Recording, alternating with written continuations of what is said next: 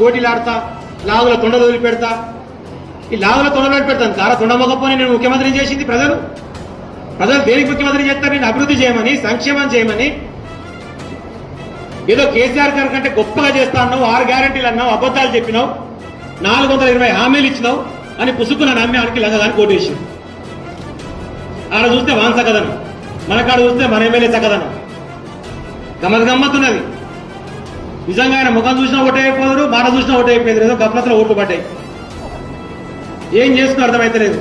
మన కార్యకర్తలను బెదిరించుడు, భయపెట్టుడు, పోలీసులు ఫోన్ చేసి స్టేషన్ కానుడు, పార్టీ మారు లేకపోతే బాగుండదని చెప్పుడు. 10 సంవత్సరాల కాలంలో నన్ను అన్నవా? మీ అందరికీ నేను హామీ ఇస్తా ఉన్నా.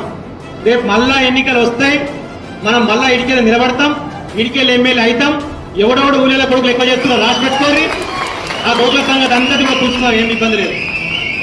ఊళ్ళో ఎవడెవడైతే ఎక్కువ చేస్తుండో అవన్నీ కాగితం రాసి పెట్టుకోరి.